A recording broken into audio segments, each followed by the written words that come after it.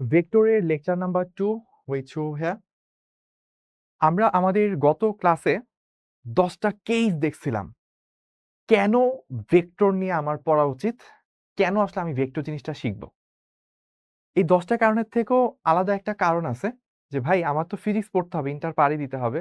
তো ইন্টার পাড়িতে হলে ফিজিক্সের প্রথমে তো ভেক্টর পড়া লাগবে, তো ওই কারণে শিখতে হবে। তো this is one kind of thinking. আর আমি একটু ডিফারেন্ট ওয়েতে চিন্তা করতে বলছিলাম, 10টা প্রবলেম আপনাদের সামনে তুলে ধরছিলাম এবং 10টা প্রবলেমে কেন হচ্ছে আমার সলভ করতে ভেক্টর লাগবে এবং কিভাবে ভেক্টর শিখার পর আমরা এটা সলভ করব সেটা নিয়ে কিছু ধারণা আপনাদেরকে দিয়েছিলাম। তো আজকে আমরা আসলে কি কি জিনিস নিয়ে ডিসকাস করব, মোস্ট প্রবাবলি আমরা ভৌত রাশি, স্কেলার ভেক্টর, ভেক্টরের প্রকারভেদ, ভেক্টরের যোগ বিয়োগ, এই রিলেটেড কিছু জিনিস নিয়ে আমরা আজকে পড়াশোনা করব।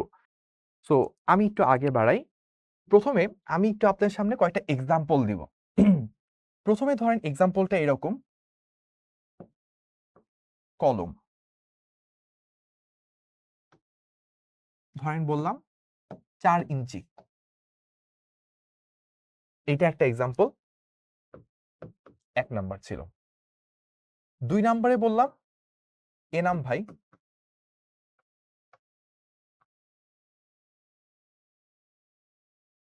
তারপর ধরেন বললাম 100 কেজি। 3 নাম্বারে ধরেন বললাম ধরেন বললাম পানি, এখানে ধরেন বললাম 2 লিটার। 4 নাম্বারে ধরেন বললাম ধরেন নাম দিলাম এরকম তালহা।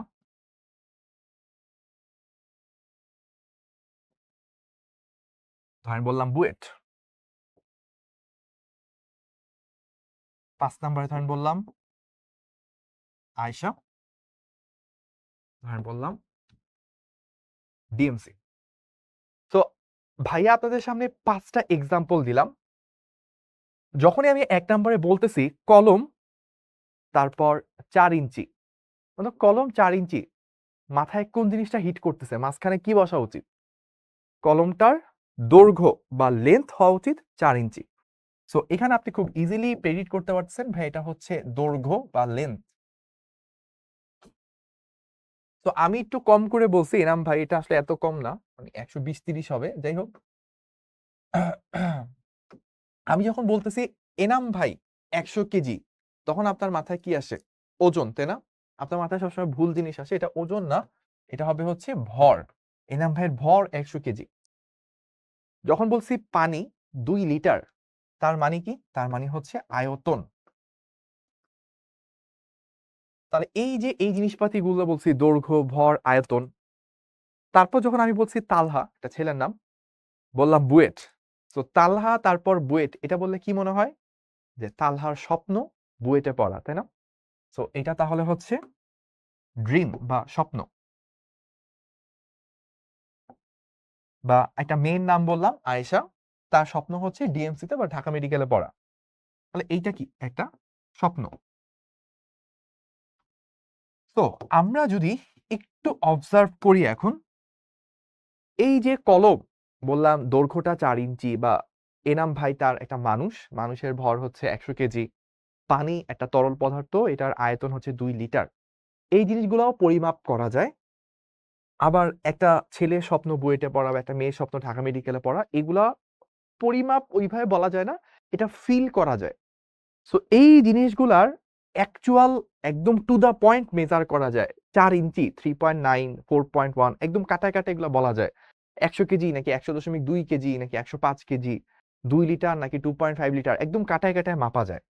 সো যেই সকল জিনিসকে পরিমাপ করা যায়, পারফেক্টলি মেজার করা যায়, এদেরকে আমরা বলি হচ্ছে ভৌত রাশি। ঠিক আছে?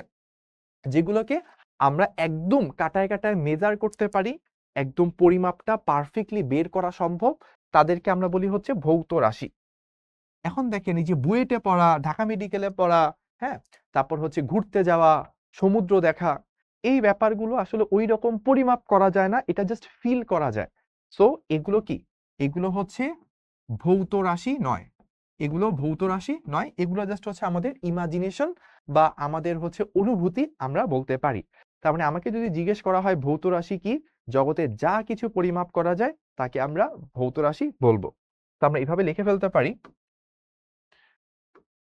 জগতে যা কিছু পরিমাপ করা যায়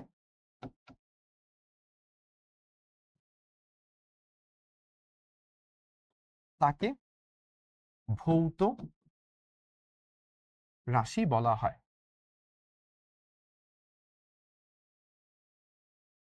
তো আমরা ভৌত রাশির কি কি এক্সাম্পল দেখতে পারি? এক্সাম্পল যদি আমরা নিই,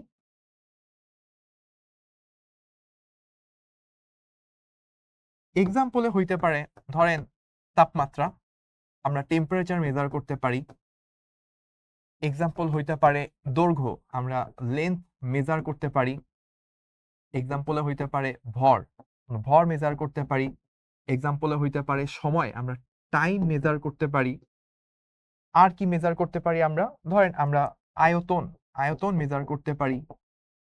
এরকম অসংখ্য জিনিস, আপনারা ফিজিক্সে যত কিছু অঙ্ক কাজ করছেন, অঙ্কের মধ্যে কি থাকে? বেগ, সরণ, ত্বরণ, তারপর গতিশক্তি, বিভব শক্তি, মোট শক্তি, তারপর পীড়ন, বিকৃতি, এরকম যতগুলা টার্ম আপনি শিখছেন প্রত্যেকটাই কি ছিল? এক একটা রাশি ছিল, কারণ প্রত্যেকটা পরিমাপ করা যায়। আপনি অঙ্কে করে মান এক্স্যাক্টলি বের করে কিন্তু নিয়ে আসতেন। তাহলে আমরা পরিমাপ জিনিসটা মোটামুটি বুঝে গেলাম। এখানে ভৌত রাশি কাকে বলে, কিছু প্যারামিটার দেওয়া হচ্ছে, যেমন এটা দেখে বুঝছি টাইম, এটা দৈর্ঘ্য, ওজন, এটা টেম্পারেচার টাইপ কিছু। এই যে জিনিসপাতি যা কিছু মাপা যায় তাকে আমরা ভৌত রাশি বলে থাকি। তো এখানে আরো কিছু ভৌত রাশি এক্সাম্পল দেওয়া হচ্ছে। চাপ, চাপ মেজার করা যায় একক ক্ষেত্রফলে লম্ব হবে বল। তারপর হাইট, হাইট আমরা মাপতে পারি 5 ফিট, 6 ফিট, 5 ফিট 10 ইঞ্চি, তা মাপতে পারি। ভর মাপা যায়, তাপমাত্রা মাপা যায়। তারপর হচ্ছে যে সময় মাপা যায়, সরণ মাপা যায়, বেগ মাপা যায়, বল কতটুকু ফোর্স দিচ্ছি সেটা মাপা যায়। তারপর ত্বরণ, কত প্রতি সেকেন্ডে কতটুকু করে বেগ বাড়তেছে বা কমতেছে, এটাকে ত্বরণ বলে, এটা মাপা যায়। ওজন মাপা যায়। এবার আসি ভৌত রাশি, সেটার অনেক ধরনের ক্লাসিফিকেশন আছে। সো এক ধরনের ক্লাসিফিকেশন হচ্ছে দিকের সাথে আউটপুট কিভাবে চেঞ্জ হয়, বা আমার দিকের পরিবর্তনের সাথে রেজাল্টটা কিভাবে পরিবর্তিত হয়, এটার উপর ডিপেন্ড করে আমরা ভৌত রাশিকে দুই ভাগে ভাগ করেছি। একটা হচ্ছে স্কেলার আর একটা হচ্ছে ভেক্টর রাশি। তো এটা কিসের উপর ভিত্তি করে ভাগ করেছি এটা আমরা একটু একপাশে লিখে রাখবো। দিকের পরিবর্তনের সাথে বা দিকের পরিবর্তনের উপর, দিকের পরিবর্তনের সাথে রেজাল্ট বা আউটকাম এর পরিবর্তনের উপর ভিত্তি করে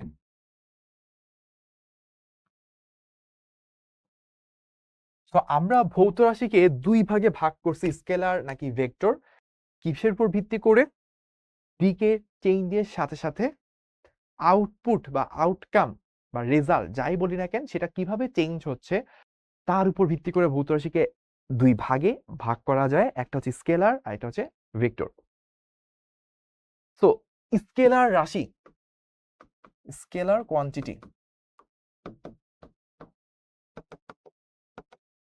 বা বাংলা স্কেলার রাশি যাই বলি না কেন, এটা বললে প্রথমে বলেন তো আপনার কাছে কি মনে হয়?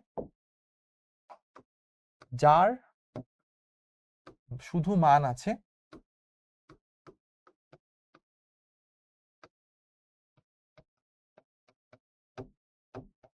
তাকে স্কেলার বলে, তাই না?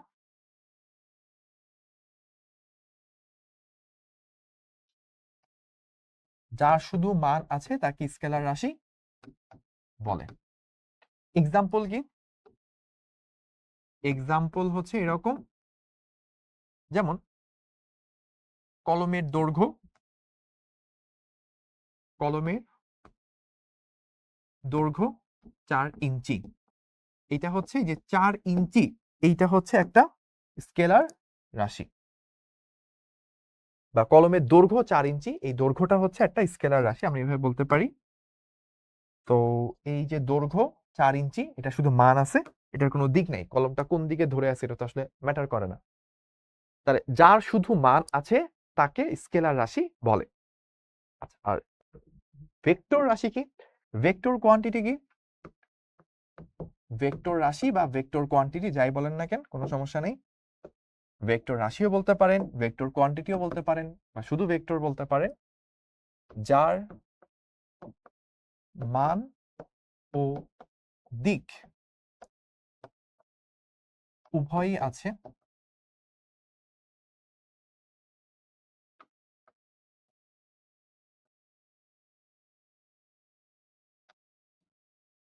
তাই ভেক্টর রাশি।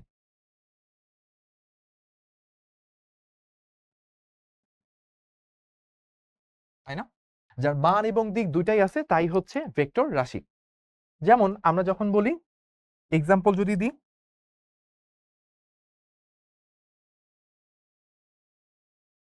সরণ 5 মিটার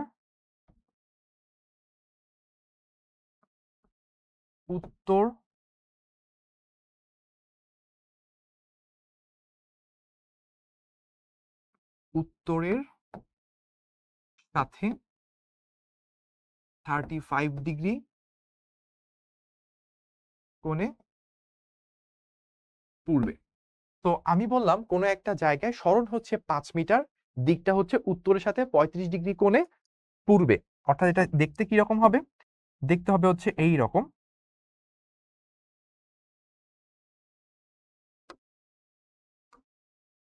ধরেন এই আমার উত্তর, দক্ষিণ, পূর্ব, পশ্চিম আমি যদি এঁকে ফেলি,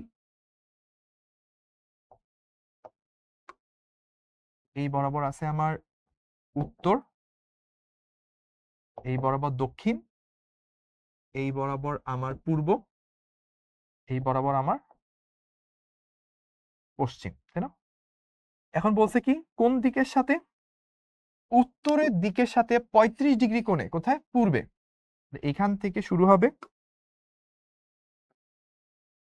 উত্তরের সাথে 35 ডিগ্রি কোণে। কত ডিগ্রি কোণ? 35 ডিগ্রি কোণ। তার মানে এই উত্তরের সাথে 35 ডিগ্রি, উত্তরের সাথে 35 ডিগ্রি কোণে, তো আমি এদিকে না যাই এদিকেও যেতে পারতাম, এদিকে গেলে হয়তো কি পশ্চিম, কিন্তু গেছি কি পূর্বের দিকে, তাই আমার এই দিকে মুভ করতে হবে। তাহলে সরণ হচ্ছে কত মিটার? বলছে 5 মিটার, তাহলে এইটুকু অ্যামাউন্ট, এইটুকু হচ্ছে 5 মিটার, দিকটা আমাকে দেখাই দিছে। তাহলে এই যে সরণ, এটা একটা ভেক্টর রাশি, কারণ এটার মানও আছে, দিকও আছে, তাই না? সো এতক্ষণ যা শুনছিলে সবই ছিল আবেগের কথা, এখন বলছি বাস্তবতা। তো এই যে আপনারা একটু আগে পড়েছিলেন এত সুন্দর একটা জিনিস, এই রাশিটা, এটা আপনারা সবাই মনে প্রাণে বিশ্বাস করেন, তো এইটা একটা ভুল কথা। যার মান আছে, শুধু মান আছে, তাকে স্কেলার রাশি বলে, এইটা হচ্ছে ভুল। তাহলে সঠিকটা কি? Right definition.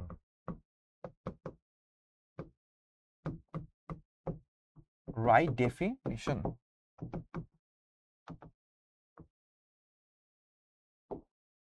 তো আমরা সঠিক সংজ্ঞাটা যদি একটু দেখি, সঠিক সংজ্ঞাটা হচ্ছে এরকম, যে রাশিকে, মানে আমি একটু বাংলায় মুখে বলি, হ্যাঁ, যে রাশিকে সম্পূর্ণরূপে প্রকাশ করতে শুধু মান হলেই যথেষ্ট, বা যে রাশিকে শুধুমাত্র মান দ্বারাই সম্পূর্ণরূপে প্রকাশ করা যায় তাকে স্কেলার রাশি বলে। তো এই কথাটা একটু দ্রুত লিখে ফেলি, বাট ভাইয়া এইভাবে বলবো না, ভাইয়া একটু ডিফারেন্ট ওয়েতেও বলবো। যে রাশিকে, যে রাশিকে শুধু মান দ্বারাই, যে রাশিকে শুধু মান দ্বারাই সম্পূর্ণরূপে প্রকাশ করা যায়,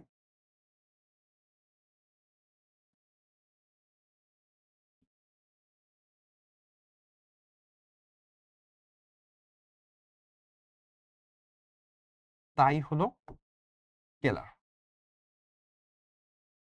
এটা বইয়ের সংজ্ঞা, এটা পারফেক্ট। এটার অর্থ বুঝতে হবে আপনাকে যে স্কেলার রাশি হচ্ছে এটা শুধু মান আছে ব্যাপারটা তা না, স্কেলার রাশির মান এবং দিক দুটাই আছে। মাথায় রাখতে হবে আমাদের স্কেলার রাশির মান এবং দিক দুটাই আছে। স্কেলার এর মান ও দিক দুটোই আছে। তো একটু আগে যে আমরা সংজ্ঞাটা বলছিলাম যার শুধু মান আছে সেটা স্কেলার, এই কথাটা ভুল। তাহলে সঠিক কথা কি, যে রাশিকে শুধু মান দ্বারাই সম্পূর্ণরূপে প্রকাশ করা যায় তাকে স্কেলার বলে। অর্থাৎ স্কেলারের মধ্যে মান এবং দিক দুইটা জিনিসই আছে, কিন্তু দিক জিনিসটা কোনো দরকার আসে না। দিকটা গুরুত্বহীন বা ইরিলেভেন্ট, অপ্রাসঙ্গিক।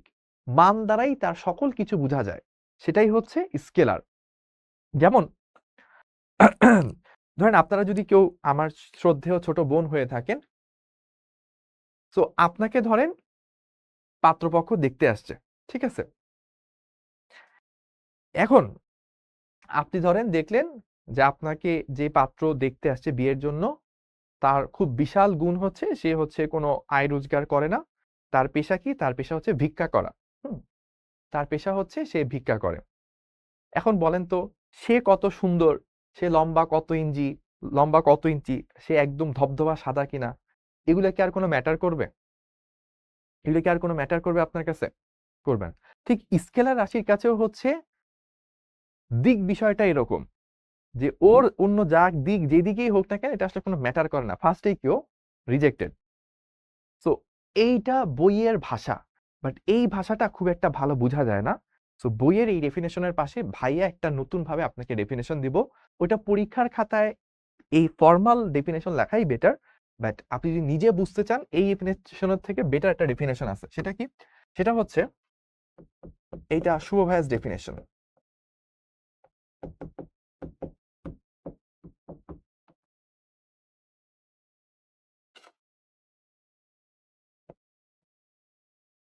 যে রাশির দিক চেঞ্জ করলেও আউটপুট বা রেজাল্ট চেঞ্জ হয় না,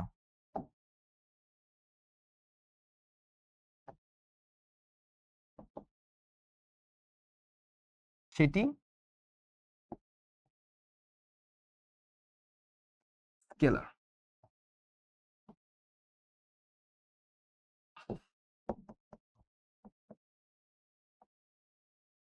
তো যেই রাশির যেই রাশির যেই রাশির দিক চেঞ্জ করলেও আউটপুট বা রেজাল্ট চেঞ্জ হয় না, সেটাই হচ্ছে স্কেলার রাশি। ব্যাপারটা কিরকম?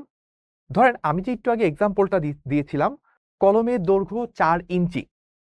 সো আমার সামনে একেবারে ধরেন আমার কাছে যদিও এটা একটা ডিজিটাল পেন, আমি ধরে নিলাম এটা নর্মাল আমরা 10 টাকা 20 টাকা দিয়ে যে কলমগুলো কিনি সেরকম একটা কলমই যদি চিন্তা করি, এই কলমটার মধ্যে নির্দিষ্ট পরিমাণ কালি আসবে। কতটুকু কালি এটার মধ্যে ধারণ করা যায় সেটা নির্ভর করে এটা দৈর্ঘ্যের উপর, তাই না? দৈর্ঘ্য যত বড় হবে এটার মধ্যে তত বেশি পরিমাণ কালি আসবে এবং তত বেশি পরিমাণ পৃষ্ঠা এটা দ্বারা লেখা সম্ভব হবে। তাহলে আমি এই যে কলমের দৈর্ঘ্য, এটা কি কাজে লাগে? কলমের দৈর্ঘ্য কাজে লাগে হচ্ছে কলমের কালি আটার জন্য, কত বেশি পেজ লিখতে পারবো সেটার জন্য।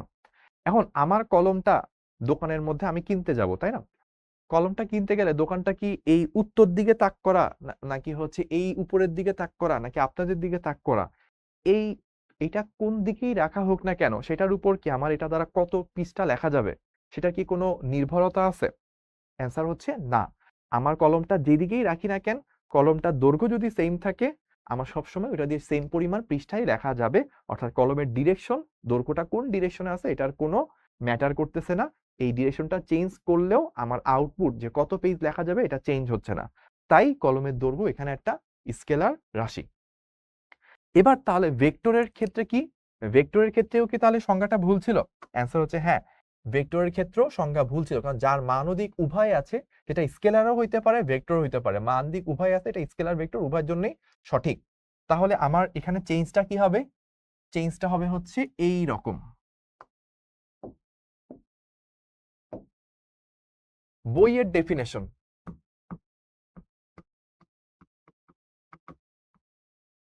বইয়ের ডেফিনেশনটা কি? যে রাশিকে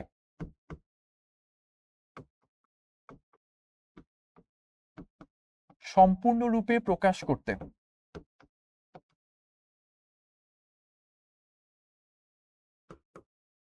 যে রাশিকে সম্পূর্ণরূপে প্রকাশ করতে মান ও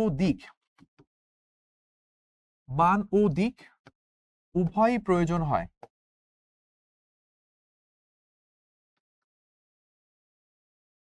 তাকেই ভেক্টর রাশি বলে।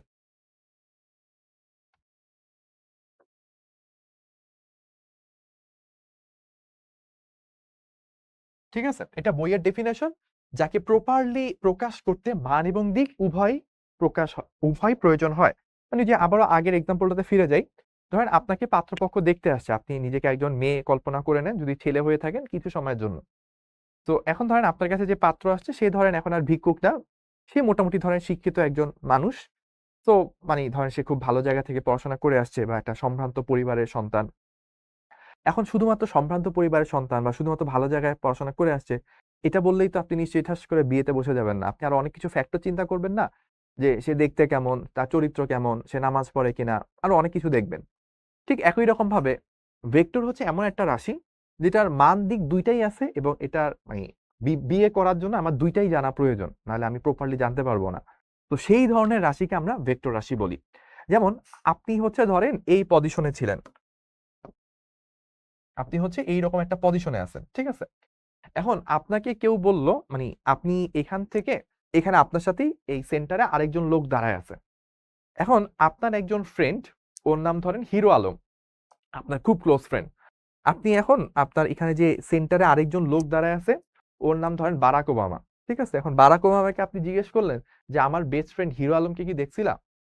তখন বারাক ওবামা বললো যে হ্যাঁ আমি দেখছিলাম, ও তো একটু সামনেই আছে, 5 মিটার গেলেই ওকে পাবা। কি বলছে? বারাক ওবামা আপনাকে বলছে যে এখান থেকে একটু সামনেই আছে, 5 মিটার গেলে ওকে পাবা। আর আপনি ধরেন বারাক ওবামার কথা ধরে আপনি ধরেন হাঁটা শুরু করলেন। আপনি এই দিক বরাবর 5 মিটার হাঁটলেন, এই দিক বরাবর 5 মিটার হাঁটলেন। আপনি কি আপনার বন্ধু হিরো আলম, জিগরি দোস্ত, তাকে কি খুঁজে পাবেন? পাবেন না। কেন? কারণ আপনি তো হাঁটছেন এই দিকে, কিন্তু আপনার বন্ধু গেছে কি ওই দিকে। সো আপনার আসলে কি করা উচিত ছিল? বারাক ওবামার থেকে জানা উচিত ছিল যে ভাই 5 মিটার তো আমি হাজার রকমের দিকে যেতে পারি, 5 মিটার আমি কোন দিকে গেলে আমার ফ্রেন্ডে পাবো? তখন বারাক ওবামা বলতো যে উত্তর দিকের সাথে এই মানে সোজা দিকের সাথে 35 ডিগ্রি কোণ করে তুমি পূর্ব দিকে আগাও, তাহলে 5 মিটার গেলেই তুমি পেয়ে যাবা। তখন কি আপনি এক্স্যাক্টলি আপনার ফ্রেন্ড হিরো আলমের কাছে পৌঁছাইতে পারতেন। তাহলে এখানে আপনার শুধুমাত্র ওই যে সম্ভ্রান্ত পরিবার থেকে আসছে, কিন্তু ছেলের বৈশিষ্ট্য কি? ছেলে হচ্ছে ড্রাগ অ্যাডিক্টেড। আর আপনি সম্ভ্রান্ত পরিবার দেখে বিয়ে করে ফেললেন, আপনার লাইফ কি ধ্বংস। কারণ ওই যে ওই ফ্রেন্ডে না পায় ওইদিকে কি সে যেতে যেতে 5 মিটার করতে করতে মহাশূন্যে চলে যেতে পারে। সে মহাশূন্যে গেলে তার ফেরত আসতে পারবে না, তার পৃথিবীতে তার হায়াত শেষ হয়ে যাবে। ঠিক ওই রকম ভাবে আপনি এদিকে যেতে যেতে মানে প্রপার দিক, ডিরেকশন, মান দুইটাই সেম আছে, তখন আপনি আপনার ফ্রেন্ডকে পাবেন, লাইফের পারপাস আপনি পেয়ে যাবেন। ঠিক একই রকম ভাবে মান এবং দিক দুইটাই যদি আপনি পারফেক্টলি এখানে বলা হয় তাহলেই আপনি আপনার পারপাস সার্ভ করবে। তার মানে এখানে সরণ যে এক্সাম্পলটা ছিল ভেক্টরের একটা এক্সাম্পল, সেটা হচ্ছে সরণ। এখানে মান এবং দিক দুইটাই দরকার, নাহলে প্রপারলি আমরা অ্যান্সারটা পাই না বা প্রপার রেজাল্টটা পাই না। তো এইটা একটা ওয়ে প্রকাশ করার, বাট আমার ডেফিনেশনটা একটু ডিফারেন্ট।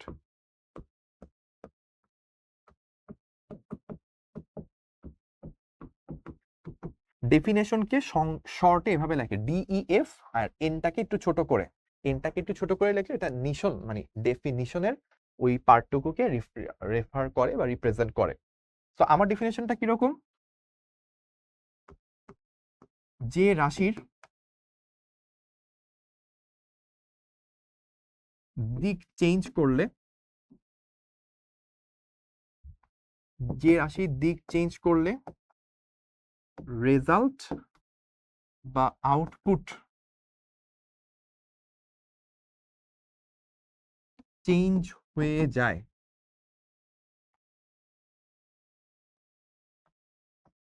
তাকে ভেক্টর রাশি বলে। যেমন দেখেন, আমি 5 মিটার সেম রাখলাম, জাস্ট আমি দিকটা চেঞ্জ করে দিলাম। আমি বললাম যে উত্তরের সাথে 35 ডিগ্রিতে না বলে আমি বললাম উত্তরের সাথে 80 ডিগ্রিতে পূর্বের দিকে যাচ্ছে, ডিরেকশনটা এদিক থেকে ঘুরে এদিকে দিয়ে দিলাম। এখন এই দিকে গেলে আপনি এক ব্যক্তিকে পাইতেন, ধরেন হিরো আলমকে পাইতেন, কিন্তু এই দিকে যদি আপনি যান, ধরেন আপনি আইনস্টাইনকে পেয়ে গেলেন। তো আপনি যদি এই দিকে যান, আপনি ধরেন কবি কাজী নজরুল ইসলামকে পেয়ে গেলেন। তাহলে আপনি ডিরেকশন যদি চেঞ্জ করেন, তাহলে এক একবার কি এক এক ধরনের মানুষকে পাবেন, এক একবার এক এক ধরনের রেজাল্ট পাবেন। সো ডিরেকশন চেঞ্জ করলে বা দিক চেঞ্জ করলে আউটপুট চেঞ্জ হয়ে যায়, এটা হচ্ছে ভেক্টর। আর একটু আগে কি বলছিলাম, ওই যে দিক চেঞ্জ করলে আউটপুট চেঞ্জ হয় না। কলমের দৈর্ঘ্য, কলমটা কি এইদিকে রাখছি নাকি এদিকে রাখছি, সেটার উপর নির্ভর করে না এটা দিয়ে কত পেজ লেখা যাবে। কিন্তু এখানে আমি ডিরেকশনটা যদি ঘুরাই দিই, আমি যাই এক একবার যে এক এক স্থানে পৌঁছাবো। অথবা আপনি চিন্তা করেন, আপনি ঢাকা থেকে রওনা দিবেন, 400 কিলোমিটার আপনি পাড়ি দিবেন। তো আপনি যদি ঢাকা থেকে একদম উত্তরের দিকে রওনা দেন, 400 কিলোমিটার যাওয়ার পর আপনি কি পাবেন, রাজশাহী, উত্তরবঙ্গের কোন একটা জায়গায় পৌঁছাবেন। আপনি যদি দক্ষিণ দিকে রওনা দিতেন, আপনি হয়তো চিটাগাং, কক্সবাজার এরকম কোন একটা জায়গায় পৌঁছাইতেন। আপনি যদি পূর্বে রওনা দিতেন, আপনি সিলেট পার হয়ে হয়তো ইন্ডিয়ায় চলে যেতেন। পশ্চিমে যদি রওনা দিতেন, আপনি হয়তো বরিশাল বা এই ধরনের কোন একটা অঞ্চলে পৌঁছাইতেন।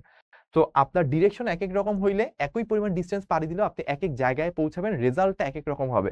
তো দিক চেঞ্জ হলে আউটপুট বা রেজাল্ট চেঞ্জ হয়ে যায়, দিস ইজ কল্ড ভেক্টর।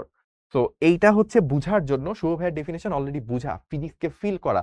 আর এখানে যে ডেফিনেশন হচ্ছে বইতে লেখার জন্য বা পরীক্ষায় আসলে এটা অ্যান্সার করার জন্য। তো দুইটাই আপনাকে পারা লাগবে, এটা মুখস্থ রাখা লাগবে, এটা ফিল করবেন, আর একটু মনে রাখার চেষ্টা করবেন যেন পরীক্ষায় আসলে জ্ঞানমূলকে আপনি লিখে দিতে পারেন।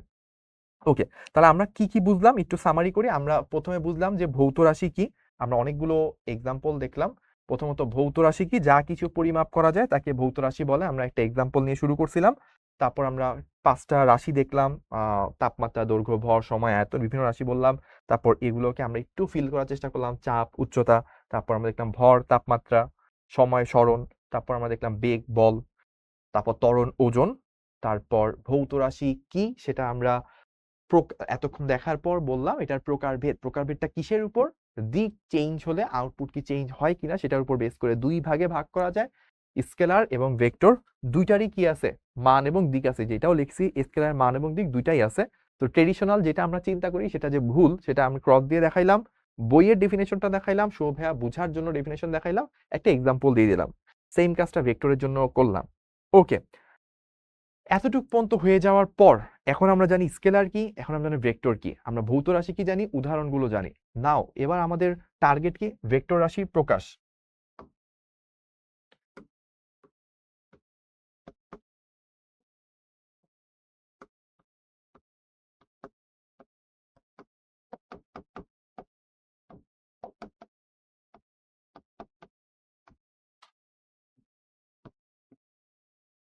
তো আমরা এবার ভেক্টর রাশিকে কিভাবে প্রকাশ করতে হয় সেটা দেখব। 1 নাম্বার হচ্ছে চিত্রের সাহায্যে।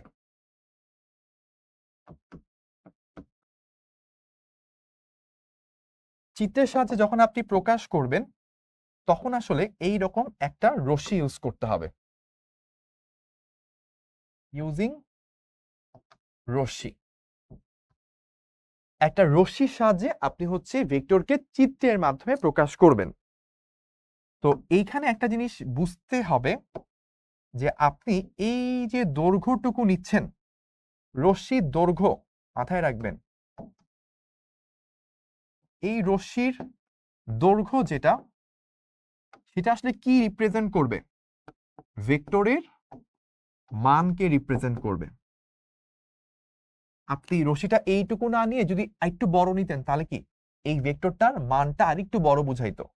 আপনি আরো বড় নিলে ভেক্টরটা আরো বড় মানের। যদি ভেক্টর রশ্মিটার দৈর্ঘ্যটা একটু ছোট নেন, তাহলে আমার বুঝাবে যে ভেক্টরটার মানটা আরেকটু ছোট। তাহলে রশ্মিটার দৈর্ঘ্য বড় ছোট করার মাধ্যমে আপনি ভেক্টরের মানকে বড় ছোট প্রকাশ করতে পারবেন। আর আরেকটা জিনিস, এই যে ডিরেকশন, এটা দ্বারা কি বুঝাবে, এই তীর চিহ্নটা দ্বারা হচ্ছে ভেক্টরের দিককে বোঝানো যায়। এটা দ্বারা ভেক্টরের দিককে বোঝানো যায়। ঠিক আছে, আমরা একটা এক্সাম্পল নিই, তাহলে ভালো বুঝতে পারবো।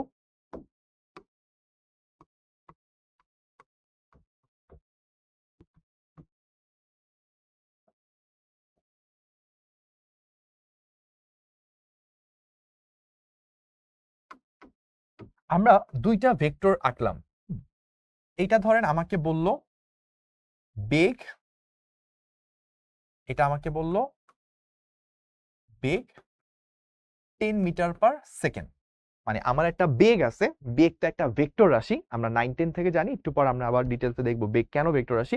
এটার মানটা 10 মিটার পার সেকেন্ড। আর এখানে আরেকটা এক্সাম্পল, আরেকটা বেগ আছে, বললো এটার ভ্যালু হচ্ছে প্রায় দ্বিগুণের থেকে একটু বেশি, ধর এটা বললাম 22 মিটার পার সেকেন্ড। খেয়াল করে দেখেন এইটার দৈর্ঘ্য থেকে এটার দৈর্ঘ্য কি দ্বিগুণের থেকেও একটু বেশি। তাহলে দেখেন এটা 10 হইলে ওইটা 22 হয়েছে। আমি যদি 10 মানের একটা ভেক্টরকে মানে বেগ ভেক্টরটাকে এইটুকু দৈর্ঘ্য দ্বারা প্রকাশ করি, 22 মানের একটা যদি চিন্তা করি ভেক্টর, তাহলে এটা দ্বিগুণের থেকে একটু বেশি সাইজটা হইতে হবে। দেখেন দৈর্ঘ্যটা কিন্তু ওইভাবে বেড়ে গেছে। তারপর এইটার ডিরেকশন কি এই দিকে, মানে এই বেগটা একটা বস্তু হচ্ছে এই দিকে দৌড়াচ্ছে।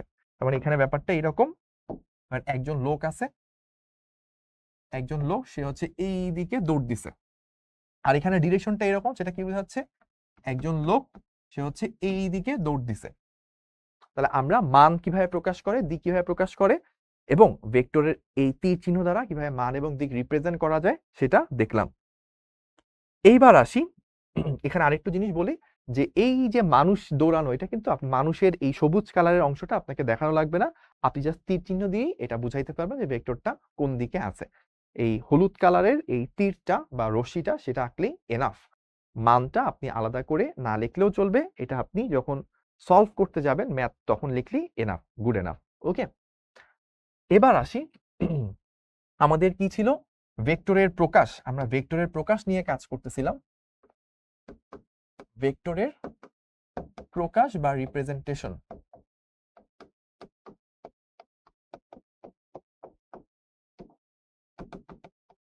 আচ্ছা, তো ভেক্টরের প্রকাশ বা রিপ্রেজেন্টেশনের সেকেন্ড মেথড যেটা, সেটা হচ্ছে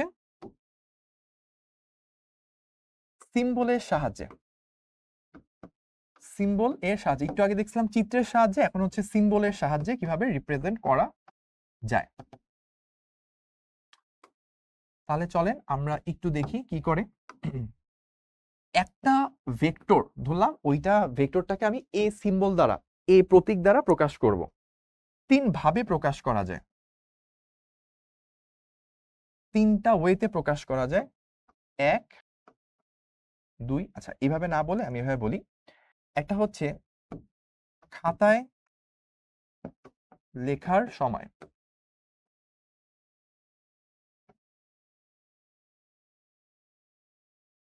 এটা একভাবে। আর আরেকটা হচ্ছে বইতে টাইপ করা লেখার ক্ষেত্রে।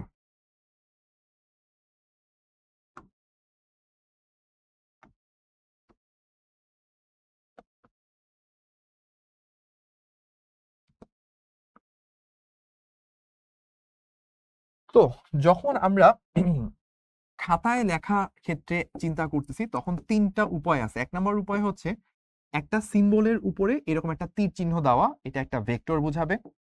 2 নাম্বার উপায় হচ্ছে তীর দেওয়া লাগবে না, জাস্ট একটা দাগ দিলেই হবে। 3 নাম্বার উপায় হচ্ছে আপনি নিচে একটা দাগ দিবেন। তো এটা দ্বারাও এ ভেক্টর বুঝাবে, এটা দ্বারাও এ ভেক্টর বুঝাবে, এটা দ্বারাও এ ভেক্টর বুঝাবে। তো এখানে আমরা মান প্রকাশ করতে পারতেছি না, এখানে জাস্ট হচ্ছে একটা সিম্বল এ প্রতীক দ্বারা একটা ভেক্টর বুঝাবো। যেমন বেগকে আমরা কি দ্বারা প্রকাশ করি, ভি, ভেলোসিটি দ্বারা প্রকাশ করি। সো ভি এর উপর যদি একটা এরকম সিম্বল দিয়ে দিই তাহলে এটা বেগ ভেক্টর বুঝাবে, অথবা ভি এর উপর যদি আমরা এরকম একটা দাগ দিয়ে দিই তাহলে বেগ ভেক্টর বুঝায়, বা আমি যদি ভি এর নিচে এরকম একটা দাগ দিই তাও বেগ ভেক্টর বুঝাবে। কিন্তু বইতে যখন লেখা থাকবে তখন সিস্টেমটা কিরকম হবে, তখন একভাবেই লেখা থাকবে, সেটা হচ্ছে বইতে এটাকে বোল্ড করে দেওয়া থাকবে। দেখেন এই এ আর ওই এর মধ্যে আপনি পার্থক্য বুঝছেন, এটা হচ্ছে নর্মাল, মানে নর্মাল চিকন কালি দিয়ে লেখা। বইতে নর্মালি লেখাগুলো চিকন কালিতে থাকে, কখনো যদি দেখেন বইতে বোল্ড করে দেওয়া একটা অক্ষর অনেক মোটা করে দেওয়া, তখনই বুঝবেন যে ওইটা একটা ভেক্টর বুঝাচ্ছে। তার মানে আমরা কখন বুঝবো, যখন আমরা দেখব সিম্বলটা মোটা করে টাইপ করা থাকবে।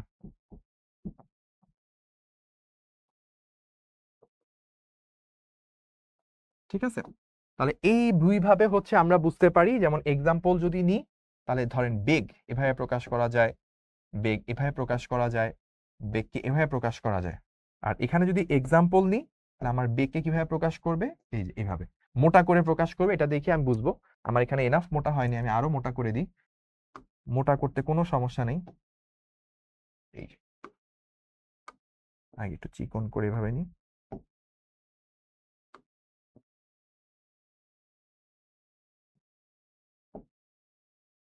দেখেন, তো এই দুইটার মধ্যে নিশ্চয়ই পার্থক্য বুঝতে পারতেছেন।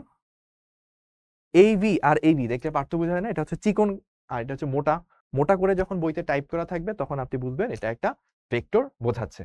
তাহলে ভেক্টর অনেকভাবে প্রেজেন্ট করা যায়। আমি তাহলে কি কি দেখাইলাম? একটা হচ্ছে চিত্রের সাহায্যে, আপনি চিত্রের মধ্যে রশি টসি এঁকে করতে পারেন। এটার কোন জিনিসটা কি বুঝায়, দৈর্ঘ্যটা মান বুঝায়, তীরটা হচ্ছে দিক বুঝায়, এটার এক্সাম্পল দিলাম। তারপর হচ্ছে আমরা দেখলাম কি যে যখন আমি প্রতীকের সাহায্যে, সিম্বলের সাহায্যে প্রকাশ করব, খাতায় লেখার ক্ষেত্রে কিরকম, বইতে পড়ার ক্ষেত্রে কিরকম, একটা এক্সাম্পল দিলাম বেগ নিয়ে কোনটা কি হয়। আচ্ছা, এবার হচ্ছে বিভিন্ন প্রকার বেগ বা সরি বিভিন্ন প্রকার ভেক্টর রাশি। বিভিন্ন প্রকার ভেক্টর রাশি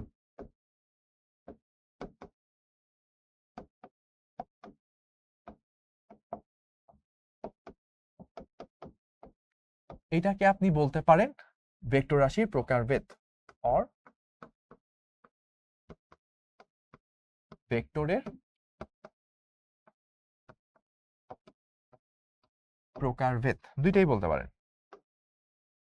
ওকে, তো আমরা অনেকগুলো টাইপ দেখবো, এটার কোনো শেষ নেই, এক একটা বইতে এক এক সংখ্যক দেওয়া আছে। আমরা চেষ্টা করবো ফার্স্ট অফ অল মেইন যে টাইপগুলো আমার জানা দরকার সেগুলো জানার। তাহলে প্রথমটা যেটা আসবে সেটা কি, এক নম্বরে যেটা আসবে সেটা হচ্ছে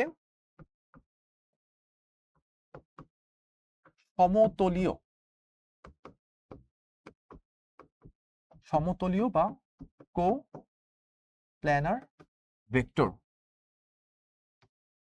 সমতলীয় বা কো প্ল্যানার ভেক্টর এটা কি? ধরেন এইটা একটা তল, এটা ধরেন আপনার ধরি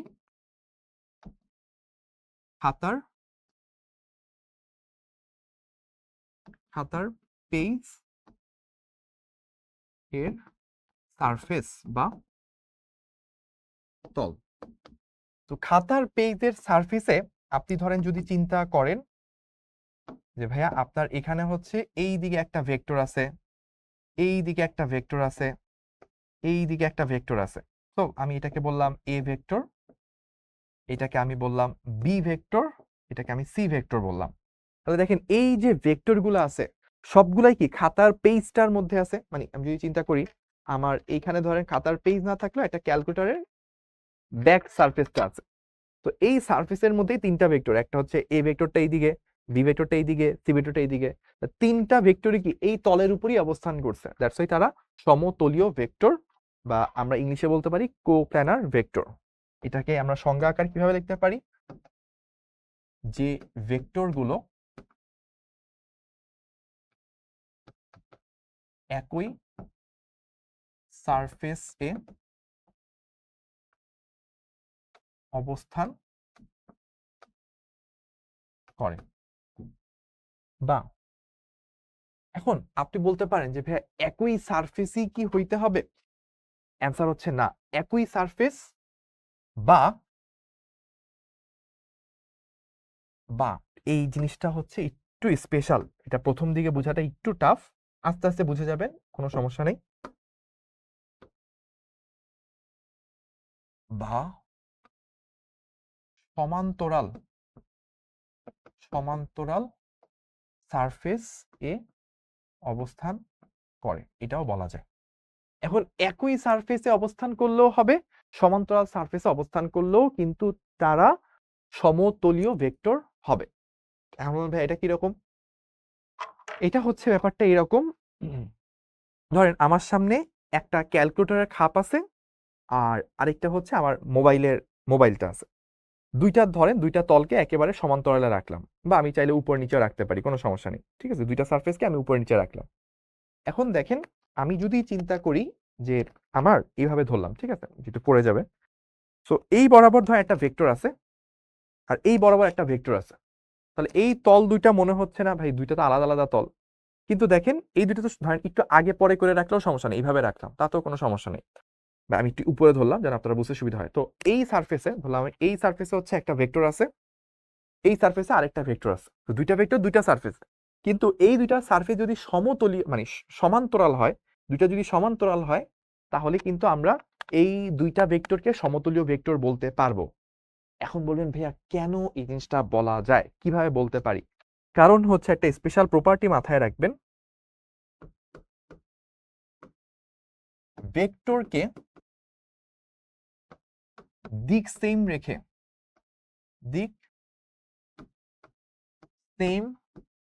রেখে শিফট করা যায়, শিফট বা স্লাইড করা যায়। এটার মানে কি ভাইয়া? এটার মানে হচ্ছে এরকম, ধরেন এই দিকে একটা ভেক্টর আছে, ঠিক আছে? এখন আপনি করলেন কি ভাইয়া, আপনি যেটা করছেন সেটা হচ্ছে এই জায়গায়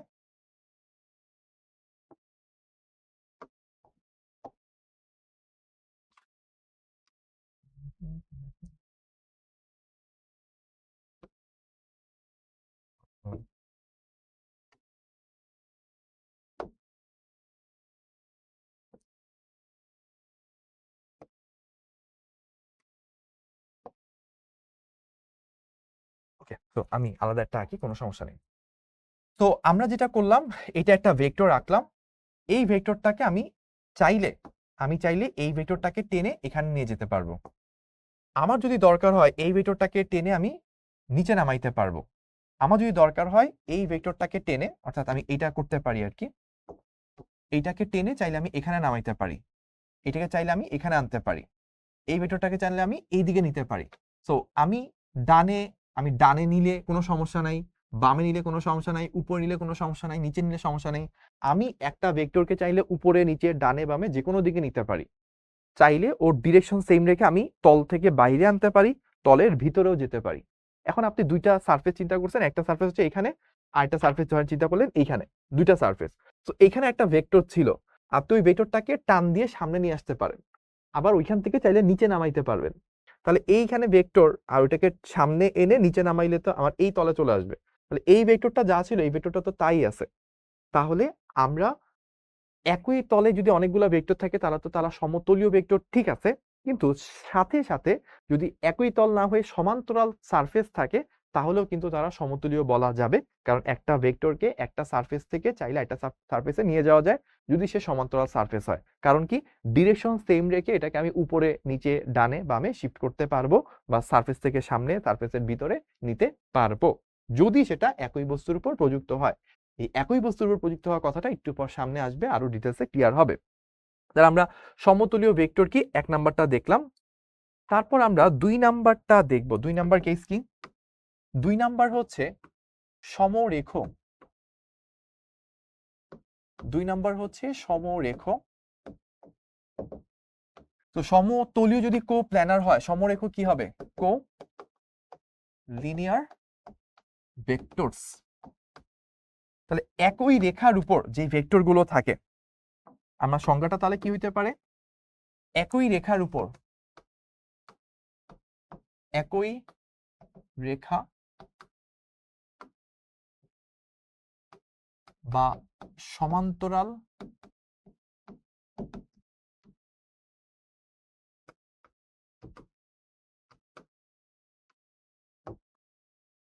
একই রেখার ওপর অবস্থিত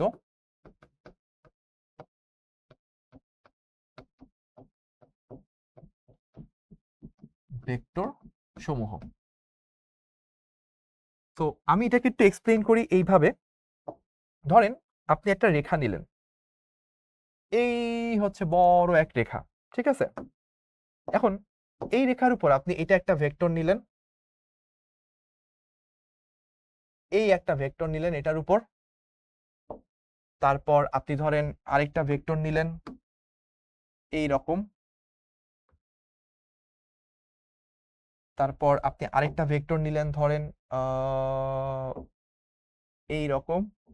তো আপনি তিনটা ভেক্টর নিলেন, এ, তারপর আপনি বি ভেক্টর নিলেন, আপনি সি ভেক্টর নিলেন। আমি তিনটা ভেক্টরকে তিন ভাবে প্রকাশ করছি। সবসময় তিন ভাবে প্রকাশ করতে হবে তা না, তিনটাকে চাইলে আপনি এ তীর চিহ্ন উপরে, বি তীর চিহ্ন উপরে, ওইভাবে প্রকাশ করতে পারতেন, সমস্যা নেই। তাহলে এই তিনটা ভেক্টর কি একই রেখার উপর অবস্থিত, তাহলে তারা কি সমরেখ ভেক্টর। কিন্তু আপনার যদি আরেকটা ভেক্টর চলে আসে, ধরলাম আমি আরেকটা সমান্তরাল লাইন টানবো, ঠিক আছে? সো আমি আরেকটা সমান্তরাল লাইন টানি, এই যে এটা আরেকটা সমান্তরাল লাইন, এটা আরেকটা সমান্তরাল লাইন, ঠিক আছে? মানে এই লাইনটা আর এই লাইনটা হচ্ছে সমান্তরাল রেখা। তো এখন আমি যদি আরেকটা ভেক্টর নিই, আরেকটা ভেক্টর নিলাম, তো এইটা ধরলাম আমি হচ্ছে ডি ভেক্টর, এটা হচ্ছে ডি ভেক্টর। সো আমি এ বি সি যেরকম সমরেখ vector, A B C D এই চারটাকেও চাইলে সমরেখ ভেক্টর বলতে পারি। প্রশ্ন হচ্ছে ভাই কিভাবে? কারণ দেখেন এই ভেক্টরটাকে আপনি শিফট করে কি এখানে নিতে পারবেন? কারণ ওই যে বলছিলাম একটু আগে, ভেক্টরকে কি কি দিকে শিফট করা যায়? আমরা মাথায় রাখবো শিফট করা যায়। শিফট করা যায় কোন কোন দিকে? ডান বা বাম, উপরে বা নিচে, বা বলা যায় হচ্ছে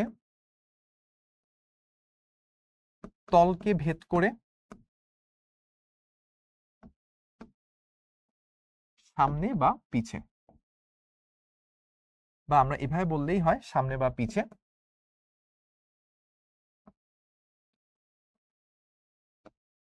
তো আমি চিন্তা করি এভাবে, ধরেন আমার এই হাতটা, আমার এই হাতের কথা, ধরেন হাতও বলা লাগবে না, এই ক্যালকুলেটরটার কথাই চিন্তা করেন। এই ক্যালকুলেটরটাকে ডানে বামে, ডানে নেওয়া মানে কি, যে ডানে নিলাম বামে নিলাম, আবার খেয়াল করেন ডানে বামে নিতে পারি, উপরে নিচে নিতে পারি, লাস্টে কি আছে সামনে পিছে। সামনে মানে হচ্ছে আপনাদের দিকে আনা, পিছনে নেওয়া মানে একদম পিছে চলে যাওয়া। তো এই 6টা অপারেশনই আমরা ভেক্টরের ক্ষেত্রে করতে পারি। তাহলে এই ডি ভেক্টরকে চাইলেই তো আমি এখানে যদি টান দিয়ে আনি তাহলে কি পুরোপুরি এই রেখার উপর পড়বে।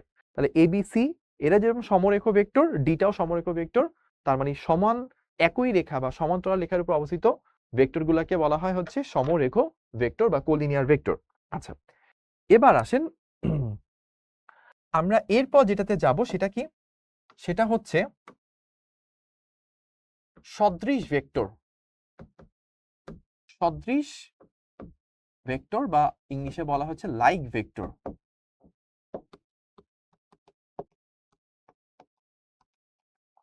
তো সদৃশ বা লাইক ভেক্টর জিনিসটা কি? যাদের দিক একই, যাদের দিক একই, জাস্ট এই কথাটা মনে রাখলেই গুড এনাফ। যাদের দিক একই এই কথাটা মনে রাখলেই গুড এনাফ। কেন? ধরেন আমি অনেকগুলা ভেক্টর আঁকি,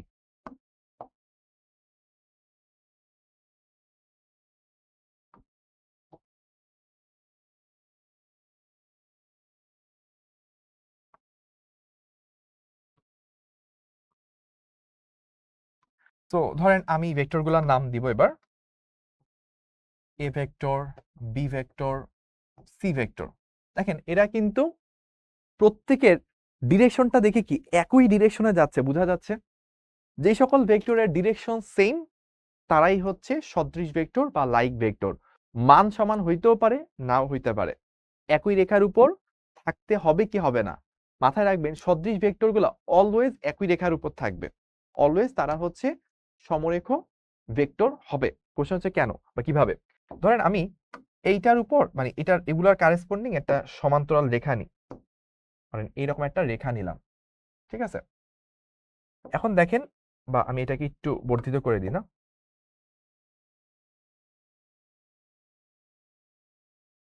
ওকে। এখন দেখেন আপনি একটা কাজ করতে পারেন, আপনি এইটারে ধরে এটার উপর নিয়ে আসতে পারেন। পুরোপুরি হবে না হয়তো, ভাইয়া তো একদম চোখের আন্দাজে রাখছি, একটু তো চেঞ্জ থাকবেই। আচ্ছা, তারপর এইটারেও ধরে নিয়ে আসেন, এই যে আনলেন, এটারেও ধরে নিয়ে আসেন, এই যে আনলেন, ঠিক আছে? এই কাছাকাছি হবে, ভাইয়া তো একেবারে পারফেক্ট পারবো না। তো দেখেন যেহেতু ভেক্টরগুলোকে শিফট করা যায়, ভেক্টরগুলোকে যেহেতু শিফট করে আনলে কি তিনটা একদম একই রেখার উপর পড়তেছে, তার মানে আসলে সদৃশ ভেক্টরগুলো আসলে সমরেখ ভেক্টর। আবার একই রেখার উপর যে ভেক্টরগুলো আছে ওরা কি মানে সমরেখ যে ভেক্টরগুলো, ওগুলো তো আবার অবশ্যই একটা তলের মধ্যে আছে। সমরেখ ভেক্টরগুলো আবার সমতলীয় ভেক্টর। তার মানে সদৃশ ভেক্টরগুলো হচ্ছে ওয়ান কাইন্ড অফ সমরেখ ভেক্টর, সমরেখ ভেক্টরগুলো হচ্ছে ওয়ান কাইন্ড অফ সমতুল্য ভেক্টর। তার মানে সমতলীয় হচ্ছে বড় সেট, এটার আন্ডারে একটা টাইপ হচ্ছে সমরেখ ভেক্টর, আবার সমরেখ ভেক্টরের মধ্যে একটা ছোট টাইপ হচ্ছে সদৃশ ভেক্টর। তো আমরা আপাতত এগুলাকে আগের জায়গায় ব্যাক করি।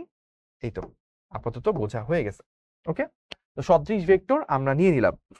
এর পরেরটা কি থাকা উচিত? এর পরেরটা থাকা উচিত হচ্ছে বিসদৃশ ভেক্টর। তাহলে এর পরেরটা থাকবে হচ্ছে, আমরা কত লিখলাম, আমরা হচ্ছে 2, এটা হচ্ছে 3 নাম্বার ছিল, এবার 4 নাম্বার দেখব। বিসদৃশ ভেক্টর, বিসদৃশ বা আনলাইক ভেক্টর।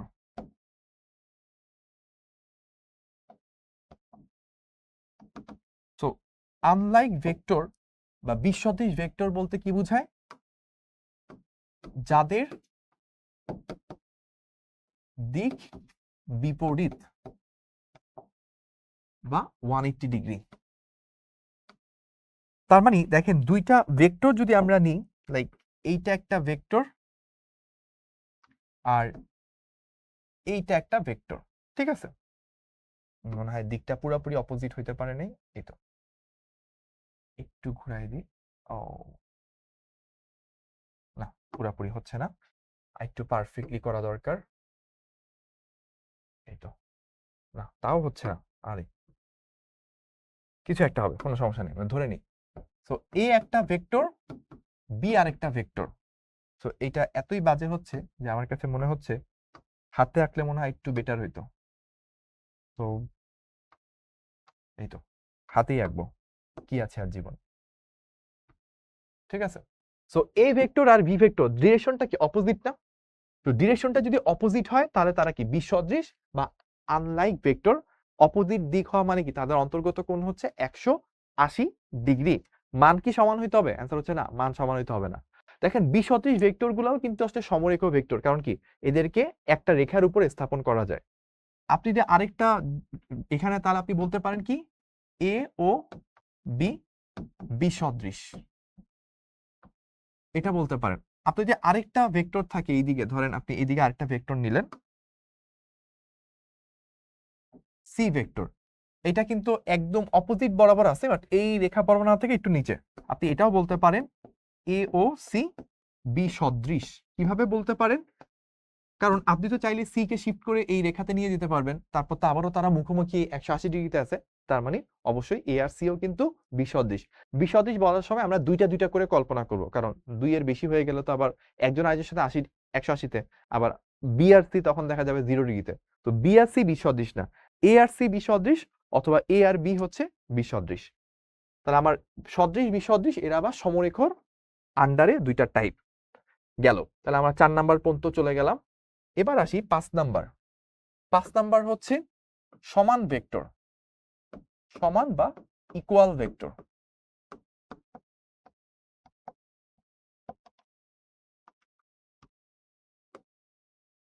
তো সমান বা ইকুয়াল ভেক্টর কি? দুইটা ভেক্টরের মান এবং দিক উভয় মান সমান প্লাস দিক সেম। মান সমান প্লাস দিক সেম, এই দুইটাকে যদি ম্যাচ করে তাহলে হচ্ছে আমরা সমান ভেক্টর বলতে পারবো। যেমন ধরেন আমি একটা এক্সাম্পল নিই, এইটা একটা ভেক্টর, ওকে, তো এইটাকে আমি কপি করব।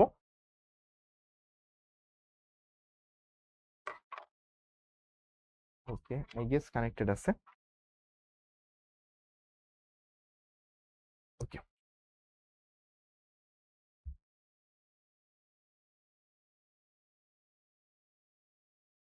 ওকে, ওকে, ডান। তো আমি এবার যেটা করতে পারি, এটা একটা নিলাম, এইটা একটা নিলাম, তো কালারগুলো একটু চেঞ্জ করে দিই। ওকে, আচ্ছা। তো আমি তিনটা ভেক্টর নিয়ে কাজ করব। একটা ধরলাম আমার এ ভেক্টর, আরেকটা বি ভেক্টর, একটা সি ভেক্টর। দেখেন এই তিনটা ভেক্টর, এইটার মান যতটুকু, এইটারও ততটুকু, এইটারও ততটুকু, তাহলে তিনটা ভেক্টরের মান সমান। এটা যেই দিকে, এইটাও একই দিকে, এটাও একই দিকে, মানে তাদের ডিরেকশনটা তো এক্স্যাক্টলি সেম। একই রেখার উপর না থাকলেও বুঝতেছি এগুলোকে শিফট করে একই রেখায় নিয়ে আসা যাবে। তার মানে এ বি সি এরা হচ্ছে সমান ভেক্টর। এ ভেক্টর যে কথা, বি ভেক্টর সে কথা, সি ভেক্টর একই কথা, কারণ এর মানও সেম, দিকও সেম। ওকে, তাহলে আমরা এইটুকু দেখে ফেললাম। সমান ভেক্টর হচ্ছে আবার সমরেখ ভেক্টরের একটা টাইপ, বা আমরা বলতে পারি সমান ভেক্টরটা আসলে সদৃশ ভেক্টরও একটা টাইপ, বা সদৃশ ভেক্টরের আন্ডারে হচ্ছে সমান ভেক্টর। এবার আসি বিপরীত ভেক্টর। আমরা কত নাম্বার দেখলাম? আমরা 5 নাম্বার দেখলাম, এখন আমরা 6 নাম্বার দেখব। বিপরীত মানে অপোজিট ভেক্টর।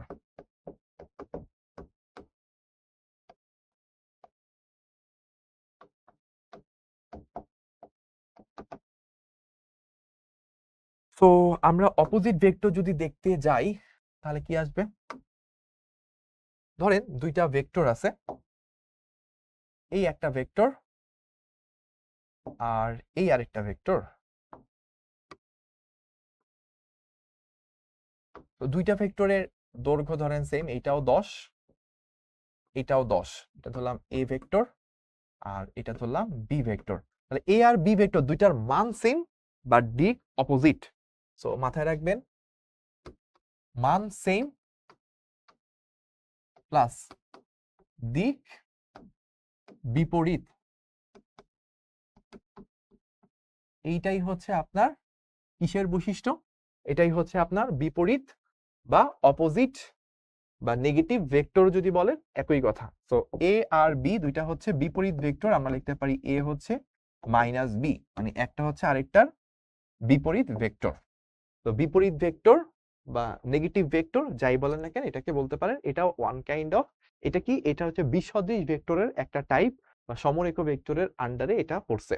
ঠিক আছে, তাহলে 6 নাম্বার পর্যন্ত দেখা হয়ে গেল। এবার আসি 7 নাম্বার, যেটা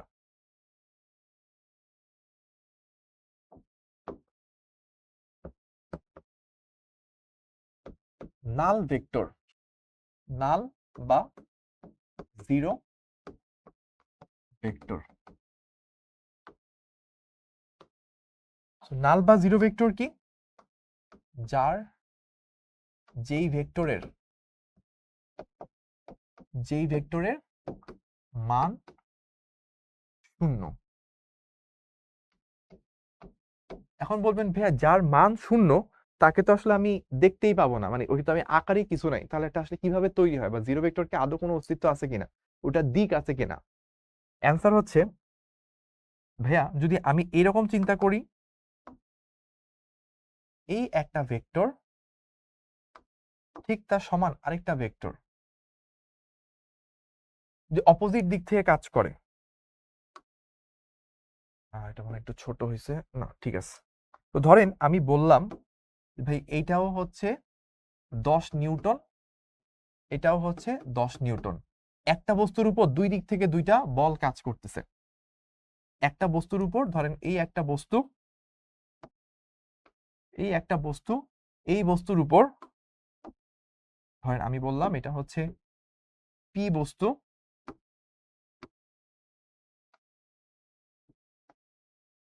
পি বস্তুর উপর দুই পাশ থেকে দুইটা 10 নিউটন বল কাজ করতেছে। বলেন তো দুই পাশ থেকে যদি দুইটা সমান পরিমাণ বল কাজ করে তাহলে কি ওর ডানে বা বামে সরবে?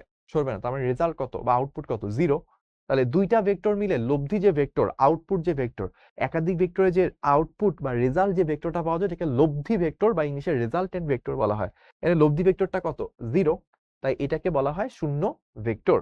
এটার কোনো স্পেসিফিক ডিরেকশন নাই, আগে থেকে বলা যায় না। যেমন এখানে যদি চিন্তা করি ডিরেকশনটা এই রেখা বরাবর, তো এই রেখা বরাবর কোন দিকে যাবে, ডানে নাকি বামে, এটা বলার কিছু নাই, কারণ এটার মানটা 0, তো এটা আসলে স্পেসিফিক কোনো ডিরেকশন নাই। বাট ডিরেকশন যদি কখনো থাকতো তাহলে এই রেখা বরাবর থাকতো। ওকে, তো নাল ভেক্টরের পর এরপর যেটা আসে সেটা হচ্ছে 8 proper vector. Proper vector, proper vector জিনিসটা কি? প্রপার ভেক্টর হচ্ছে নালের অপোজিট, যার মান 0 নয়। তার মানে যে ভেক্টরের মান 0 না সেটাই আসলে একটা প্রপার ভেক্টর। ধরেন এটা একটা ভেক্টর নিলেন, এ ভেক্টর। কোনো একটা ভেক্টরের মানকে প্রকাশ করার জন্য দুই পাশে দুইটা মডুলাস দেওয়া লাগে। একটা ভেক্টরের মানকে প্রকাশ করার জন্য দুই পাশে দুইটা মডুলাস দেওয়া লাগে। তো আমি ধরেন বললাম এটার মান হচ্ছে 5, তাহলে এই ভেক্টরের মান হচ্ছে 5, বা আমি বলতে পারি এই ভেক্টরের মান নট ইকুয়ালস টু 0, অতএব এটা প্রপার ভেক্টর। যদি কোনো ভেক্টরের মান 0 না হয় তাহলে সেটা একটা প্রপার ভেক্টর হয়ে যায়। লাস্ট একটা জিনিস দেখাবো, সেটা হচ্ছে ভেক্টরের মান প্রকাশ। ভেক্টরের মান প্রকাশের ওয়ে। ভেক্টরের মান আমি কিভাবে প্রকাশ করব? তো ধরেন একটা ভেক্টর আছে, ভেক্টরটা হচ্ছে এ, এটার মান আপনি বলতে চান 10। দুইটা ওয়েতে প্রকাশ করা যায়। একটা হচ্ছে আপনি এইভাবে দুই পাশে দুইটা থার্ড ব্র্যাক, দুই পাশে দুইটা এইরকম রেখা দিবেন, মানে মডুলাস সাইন দিবেন। দুই পাশে দুইটা রেখা দেওয়া মানে কি, ম্যাথে আমরা মডুলাস সাইন দিই। সো আপনি যদি এই ভেক্টরের দুই পাশে দুইটা মডুলাস সাইন দেন তাহলে বুঝাবে এই ভেক্টরের মান কত। মানটা কত বললাম? 10। আরেকটা ওয়ে হইতে পারে, ভেক্টরকে তো নরমালি উপরে তীর চিহ্ন দ্বারা প্রকাশ করে, আপনি যদি তীর চিহ্ন ছাড়া শুধু একটা সিম্বল লেখেন তাহলে সেটাও কি ভেক্টরের মান বুঝাবে। ঠিক আছে, তাহলে বইতেও সেম কাজটা করে। বইতে হচ্ছে এরকম একটা লেটারের উপরে এরকম তীর চিহ্ন দেওয়া, মানে এটা ভেক্টর বুঝায়। তারপর এরকম হচ্ছে যে দুই পাশে দুইটা মডুলাস দিতে পারে, এইটা হচ্ছে বই করে, অথবা হচ্ছে শুধু এটা মান এভাবেও দিতে পারে। তাহলে এই দুইটা টেকনিক হচ্ছে হাতে লেখার জন্য, হাতে লেখার ক্ষেত্রে। আর বইতে কি করে, এবার আসি বইতে কিভাবে থাকে।